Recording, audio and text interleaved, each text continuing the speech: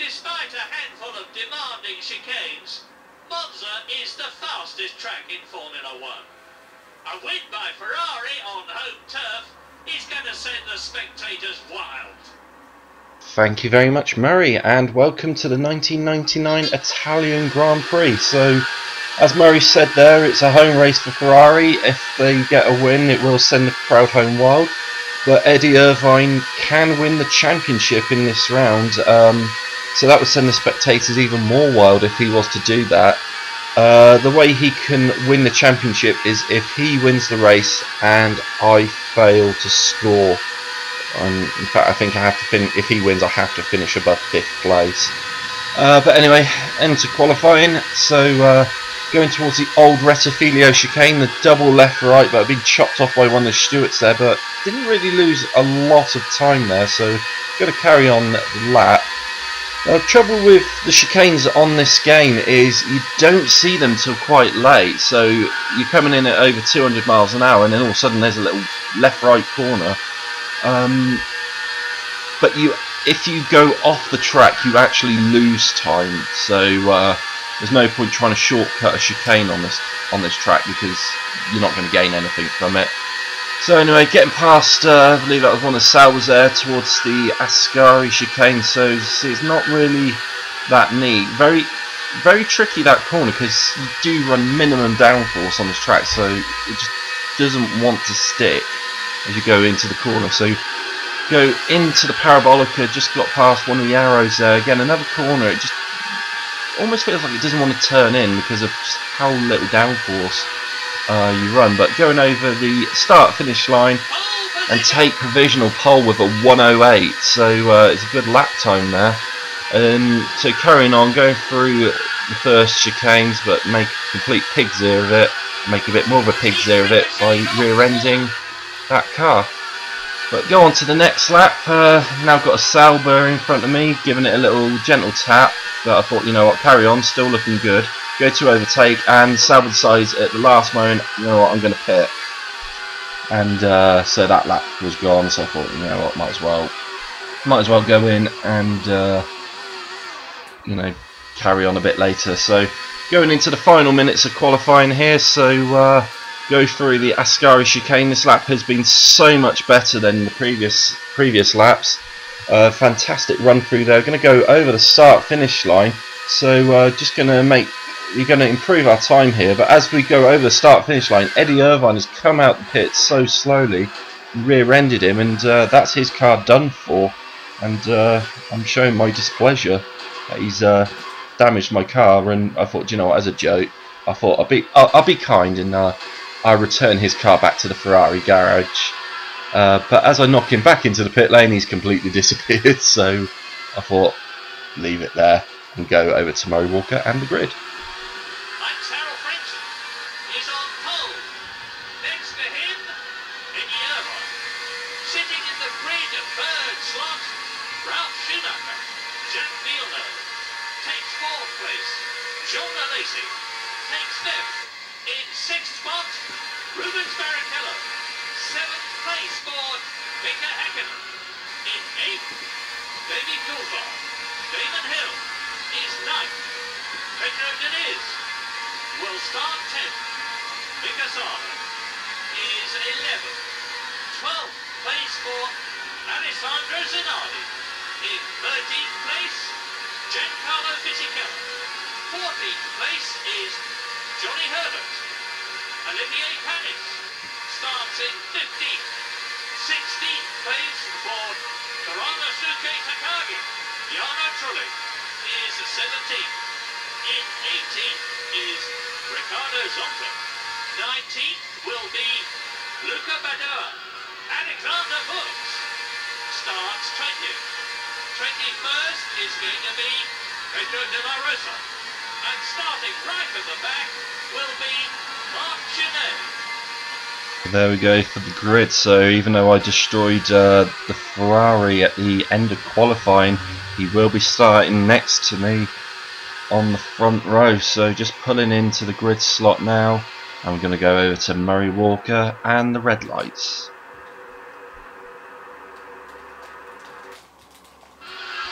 Here comes the car.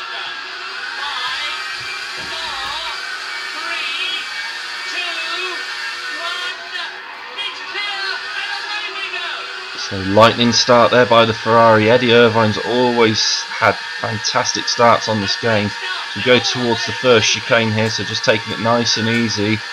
Trying not to do anything silly as we go through this first chicane into the Curva Grande, and this Mugen Honda is just absolutely working a charm on low downforce. We go towards the Roja, but make a bit of a mistake there into the two Lesmos. The first one's a little bit of a brake fall, but the second one is completely flat out on this game as we go down towards Ascari for the first time. So already got a little bit of a healthy lead over Eddie Irvine as go through, just nice and neatly done. Carry on towards the Parabolica, and we'll see what the order is at the end of the first lap. So I was expecting quite a strong performance at this racetrack, because this car just seemed to work really well on low downforce, as we already saw in Canada and Germany. So we're going to cross over the start finish line at the end of lap 1. So it will be myself in the lead, Eddie Irvine will be second, and we go through the rest of the top 6. So Ralf Schumacher in 3rd, Hackman 4th, Coulthard 5th, Villeneuve 6th, Barrichello 7th, and Damon Hill in 8th. It's a bit disappointing to see Barrichello so far down, because you know how powerful that Stewart is in a straight line. But carrying on through, so already had a healthy lead at the end of lap 1, lap 2 had a healthy lead, and then lap 3 I believe I was like 10 seconds ahead, but make a bit of a mistake there and just bounce off the wall at Lesmo. So there we go, nearly 10 seconds ahead after 3 laps. And I think that was the last time that I saw the timing screen on this race. Just so far ahead so early. So lap 11, start to lap some back markers. So we've got Luca Badoa there, get past him. Now we're going to try and get past, I believe it's an Arrows. So go through the first Lesmo, trying to go around the outside into the second Lesmo, and that has not ended that well. Just a slight touch off the barrier, thankfully no harm done. So you've got to be careful when lapping other cars through that chicane.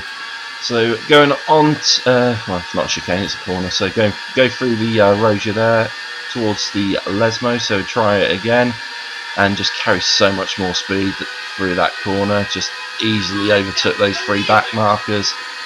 Going towards Ascari, I believe this is Wirtz's Benetton now. Bit of another risky place to pass, but got it done. Going towards the final corner, and also get one of the BARs, and we've got a Prost as well. Normally the Prost seems to be a little bit difficult to overtake, but you know, he's putting a bit of a race on here. But now my Mugen Honda is outpowering the Peugeot, so just carry on from there.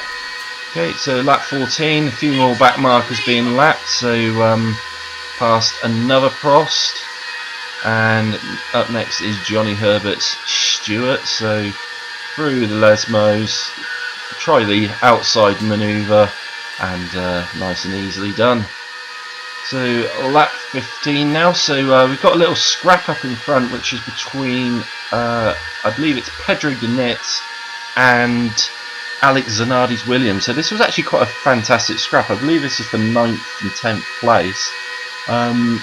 So I was just following this, and you know, they were having such a good little ding dong. I thought I'd stay behind, because 1, I don't want to be a part of it, and 2, it was a good little bit of entertainment. It's, the Sauber is got the run on the Williams going towards the final corner. He just outbrakes him into the final bend and takes over 9th place. So good move there by Pedro, and he actually had a very strong race in this one. I think he finished 8th in the end. As he now get past the Williams, has a bit of a spaz out, get past the Sauber, but that wasn't to be the end of the battle between those two. As you go through Ascari, I look behind me as I go down the straight, and Zanardi's Williams has got a run on the Sauber going towards the final corner. So he's pulled out of the slipstream to go into the Parabolica, and Zanardi gets that position back. So good little scrap between those two. So I think it was something dramatic there, Murray. But there was something dramatic now to happen on this lap, on lap 17. So up ahead I've got Giancarlo Fisichella's Benetton. So as we go through the first chicanes into the Curva Grande, I leave space to go round the outside, and he's just turned in on me. He's just whacked me there. He's broken my suspension, and just what was the point of doing that? You know, I gave him space, and he just turned into me. And the car was so difficult to drive. I thought I'd try and get it at least to the pit window. As you can see there, I'm having a real hard time getting it through the chicanes, and I was actually really worried that I was going to pick up a shortcutting penalty, because I did get a few shortcut warnings during this time. I was trying to go towards the Roggio, and it just pulls right under braking, but thankfully I was able to get it to lap 27 just to do my one and only stop, and I was quite far ahead. I just didn't want to risk getting done for a pit lane speeding penalty. I let go of the limiter and then put it back on because I very almost did get a penalty. So anyway, 11-second pit stop, nothing too bad, just get the car repaired, and we'll head out on the track. That's our one and only stop for this race. So just get it up to speed. I'm going to skip it forward to lap 33, so behind Mika Salo's Ferrari, and there was quite a big development to happen a little bit later on this lap as we go round the outside of the Ferrari. Don't quite do it, but go up the inside and just see they're really spazzing out as trying to overtake them. It just makes you feel so nervous when that happens. But, go through Ascari towards the Parabolica, and we get past the arrows again. But as we go through the Parabolica, there's going to be a yellow flag here because Rubens Barrichello's Stewart is blown up, and the safety car will be required. So I built up about a 40-second lead at this point, and that's all going to be wiped out. You see the safety car's having a bit of tyre warming there. Reason why is one of the arrows is now broken down, so there seems to be a few reliability problems kicking in. Well, catch up to the safety car, follow it round. Thankfully my lead was so big, the people behind me, the Irvines, the Hackenens and all that, it didn't quite catch the cue. They've just come out of Ascari now towards the Parabolica. Safety car's coming in this lap.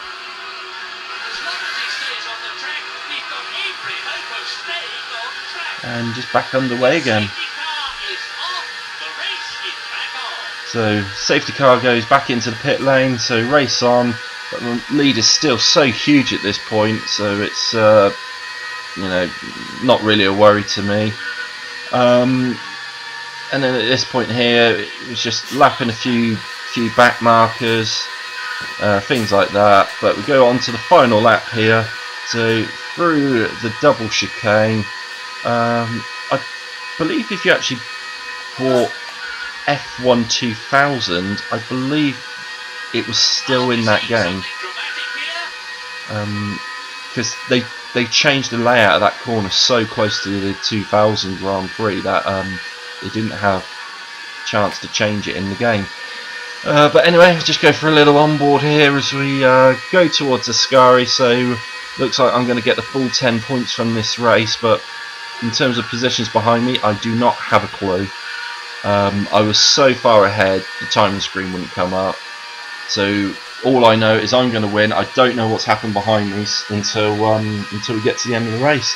So heading towards the final corner. So I believe this will be the 4th race win of the year, because I've won one in Spain, one in Canada, one in Germany, and now going to win in Italy. So full 10 points for myself. What's happened behind me, we're just going to wait until the screen comes up. So there we go, and we see Eddie Irvine has finished in 5th place. So that's an absolute shocker for the Ferrari. That's going to bring me right back into the championship here. Because from before, where I had the poor race in Belgium, he got 23 points ahead. So I've gained 8 points on him here. So there's a championship table. So 15 points behind, 3 races remaining,